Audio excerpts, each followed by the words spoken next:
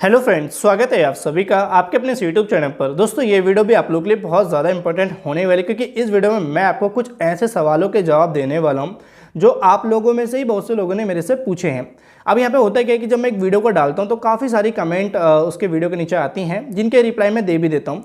लेकिन कुछ ऐसी कमेंट होती हैं जिनके जो सवाल होते हैं वो थोड़े यूनिक होते हैं। यानी कि अगर एक घर को कोई बनाता है, चाहे वो एक मकान मालिक है, कॉन्ट्रैक्टर है, या कोई फ्रेशर सिविल इंजीनियर साइट पे काम कर रहा है, तो कहीं ना कहीं माइंड में ये डाउट हमेशा चलते रहते हैं। तो यहाँ पे होता है क्या है ना कि मैंने सोचा कि उन सवालों को मैं पिक करके और आपको उनके जवाब दूंगा, और इस वीडियो के माध्यम से मैं काफ़ी ज़्यादा लोगों तक इन सवालों के जवाब पहुँचाने की पूरी कोशिश कर रहा हूँ। और अगर यहाँ पे देखो, जो मैं बताने वाला हूँ वो अलग अलग स्टेज पे हैं। ऐसा नहीं कि सिर्फ एक ही टॉपिक पे मैं डिस्कस करने वाला हूँ, इसलिए वीडियो थोड़ी ज़्यादा इंटरेस्टेड होने वाली है, क्योंकि हो सकता है कि आपके माइंड में भी इसमें से कोई ना कोई सा डाउट रहा होगा। सो प्लीज़ वीडियो में एंड तक बने रहना, क्योंकि हम एक चीज़ को कवर करेंगे और थोड़ा अच्छे से एक्सप्लेन करेंगे और आपको थोड़ा वीडियो में दिखाते हुए चलते रहेंगे कि जिनके बारे में बात करें। बस आपसे छोटी सी रिक्वेस्ट है कि अभी तक आपने हमारे चैनल को सब्सक्राइब नहीं किया तो प्लीज़ सब्सक्राइब कर लीजिए, क्योंकि ये भी आपकी फैमिली है, आप बढ़ाओगे तो फैमिली बढ़ेगी। और कमेंट में आप जरूर बताना अगर आपको कोई भी सवाल होगा तो यहाँ सीधे हम जो पहले सवाल पे बात करने वाले हैं वो हमारा सवाल होने वाला है सेफ्टी टैंक को लेकर।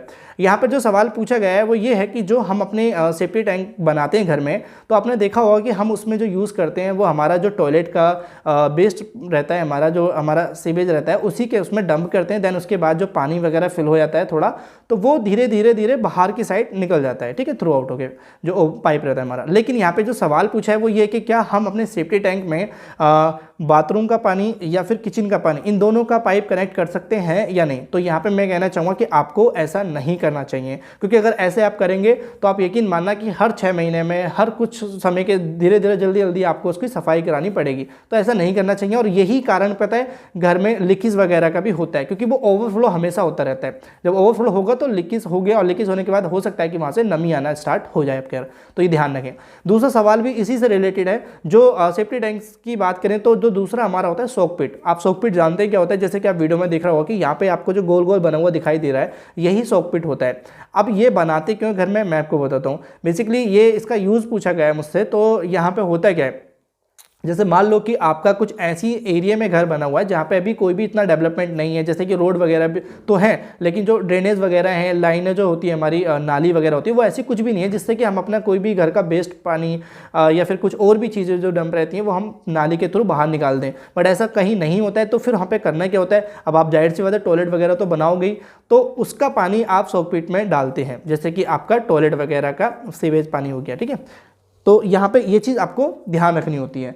अभी ये हमारा दूसरा सवाल हो गया। तीसरा सवाल पे अगर हम बात करते हैं तो वो है कि जब हम अपनी साइट पर ब्रिक वर्क कराते हैं, ब्रिक वर्क में देखो आप यहाँ पे जो पूछा गया है वो ये है कि हमें एक दिन में कितनी हाइट तक ब्रिक वर्क करनी चाहिए। तो ये चीज़ें पता है बहुत से लोगों को पता नहीं होती हैं, खासकर जो साइट पर, चाहे वो मिस्त्री है या फिर कह सकते हैं एक ओनर साइट पर सुपरविजन कर रहा है।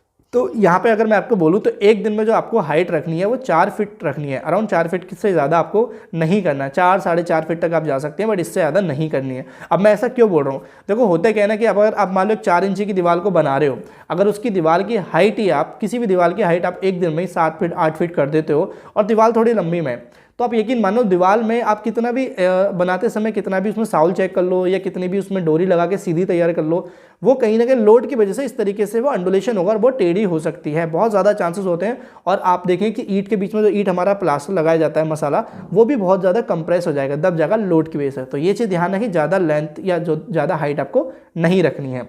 अभी जो हमारा नेक्स्ट सवाल है वो ये है कि जब हम अपनी साइट पर प्लिन बीम डाल देते हैं या डीपीसी डाल देते हैं तो सॉइल फिलिंग करते हैं, मिट्टी का भरान करते हैं सिंपल सी लैंग्वेज में। अब यहाँ पे जो मिट्टी की फिलिंग करते हैं हम, तो वहाँ पर हमें जो सवाल ये पूछा है कि हमें उसकी जो फिलिंग करनी है वो अप टू प्लिन बीम के बॉटम तक करनी है या प्लिन बीम के टॉप तक करनी है। बट यहाँ पे मैं कहना चाहूँगा ना तो आप बॉटम में ही रहें, ना ही आप टॉप से ऊपर जाएं। यहाँ पे कहना चाहूँगा कि आप मिड में या मिड से थोड़ा ज़्यादा कर सकते हैं। मतलब इतना, जैसे कि आप एक फ्लोरिंग को, जब एक आपकी ग्राउंड फ्लोर पे घर बन रहा होता है तो वहाँ पे आप फ्लोरिंग से पहले पीसीसी वगैरह करते हो, तो मैं समझता हूँ कि 4 इंची आप पीसीसी डालते हो, उसके बाद आपका 2 से 2.5 इंची आपका टाइल्स मार्बल लगाने में भी चले जाता है। तो ये सारी चीज़ें आप एक मान के चल लेंगे हाइट, और उस हाइट के अकॉर्डिंग आपको 1 इंची नीचे रखना है। मतलब जो भी आपका टाइल्स, पत्थर, ग्रेनाइट जो भी लगना है वो हमारा प्लिन बीम के टॉप से नीचे ही रहना चाहिए। अगर ऊपर जाता है तो आप यकीन मानना कि जो हमारी मिट्टी है वो ऊपर जाएगी और उसके बाद क्या रहेगा कि जो मिट्टी के धीरे धीरे हमारे दीवारों पे नमी बन जाएगी, और वो नमी बनने के कारण से ही हमारे दीवारों में सीलन, नमी 2-2, 3-3 फीट तक जो आती है, वो यही सबसे बड़ा कारण होता है। तो यहाँ पे मैं कहना चाहूँगा कि आपको ये चीज़ ध्यान देना ज़्यादा जरूरी है। अगर मैं नेक्स्ट सवाल की बात करूँ तो वो सवाल भी जो है वो डीपीसी से रिलेटेड है, या प्लेन बीम से आप इंक्लूड कर सकते हो कि जैसे मान लो कि आपने किसी घर में डीपीसी डाल दी। अब होता क्या है, ये तो आप सभी जानते हैं कि बहुत ज़्यादा लोगों के माइंड में इस चीज़ का डर बना रहता है कि हमारे घर में सीलन आ जाती है, नमी आ जाती है। तो जिस वजह से क्या करते हैं कुछ लोग कि उस हिस्से पे पॉलीथीन शीट डालते हैं, या तो, और या फिर यहाँ पे जो सवाल पूछा है वो यह कि जो कोटा स्टोन आता है, ये मार्बल आप समझ लो या ये ग्रेनाइट समझ लो, क्या इस तरीके का कोई पत्थर हम लगा सकते हैं या नहीं। तो यहाँ पे मैं कहना चाहूँगा कि आपको बिल्कुल भी ऐसा नहीं करना चाहिए। अगर आप ऐसे करते हो तो कोई फ़ायदा नहीं होने वाला है, और उल्टा आपकी जो दीवार रहेगी और जो बीम या डीपीसी रहेगा उसके बीच में जो हमारी एक लेयर होती है, यानी कि जो बाउंडिंग बननी है, वो भी नहीं बन पाती। तो कोई फ़ायदा नहीं है। यहाँ पे मैं कहना चाहूँगा कि आपको कुछ भी नहीं करना। आप अगर कर सकते हैं कुछ एडिशनल आपको करना है तो बीम पे आप या तो डीपीसी पे केमिकल कोटिंग कर सकते हैं। मार्केट में बहुत से केमिकल आते हैं। अगर आप मुझसे जानना चाहते हैं कि कौन सा सही केमिकल हमें इस्तेमाल करना है और कैसे करना है, तो आप मेरे इंस्टाग्राम पे मुझे मैसेज जरूर करना, वहाँ पे फॉलो करें। वहाँ पे मैं आपको जरूर बताऊंगा क्या कैसे प्रोसीजर होने वाला है। तो मैं अभी अब नेक्स्ट सवाल पे चलता हूँ।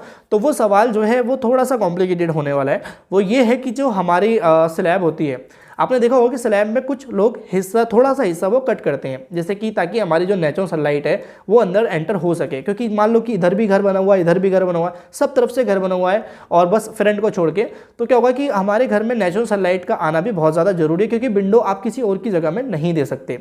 तो इस कंडीशन में क्या होता है कि हमें थोड़ा सा जो स्लैब है वो कट करनी होती है।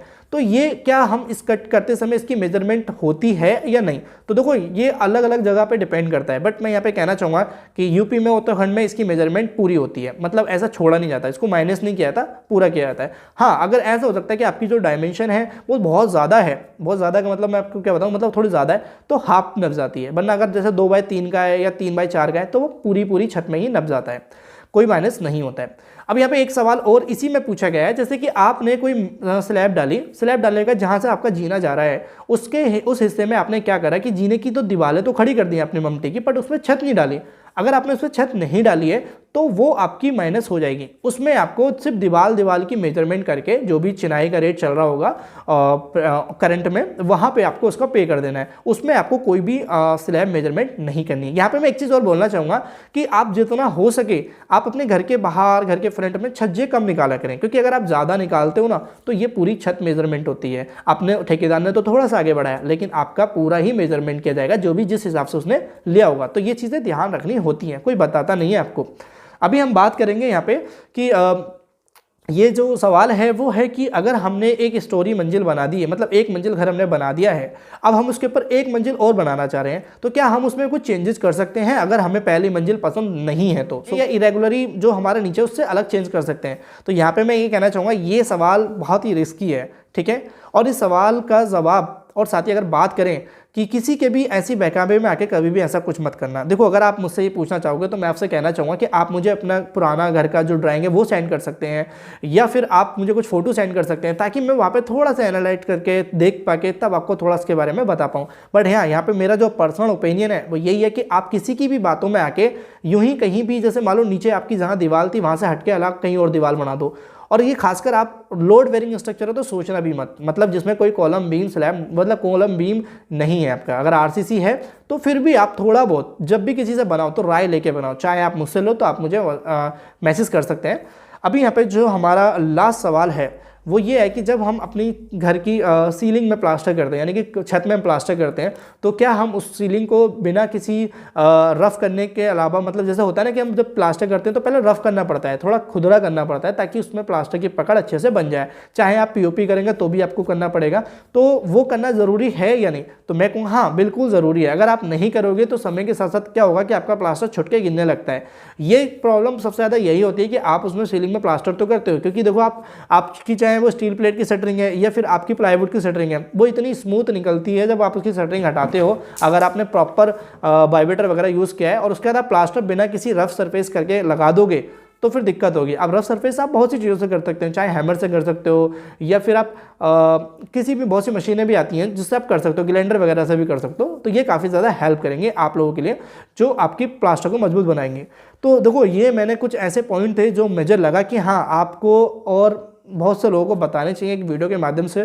फिर भी यहाँ पे अगर इसके रिगार्डिंग या इसी की तरह का कोई आपका डाउट है कंस्ट्रक्शन से रिलेटेड या साइट पे आप काम करें, तो आप कमेंट में जरूर टाइप करना। और कमेंट में इसके साथ साथ आपसे कहना चाहूँगा कि आप इंस्टाग्राम पे मुझे जरूर मैसेज करना या थोड़ा फॉलो भी कर लेना वहाँ पे, ठीक है। और बहुत से लोग कहते हैं कि आप फेस दिखा के वीडियो नहीं बनाते, इसीलिए मैंने ये फेस दिखा के वीडियो बनाई है।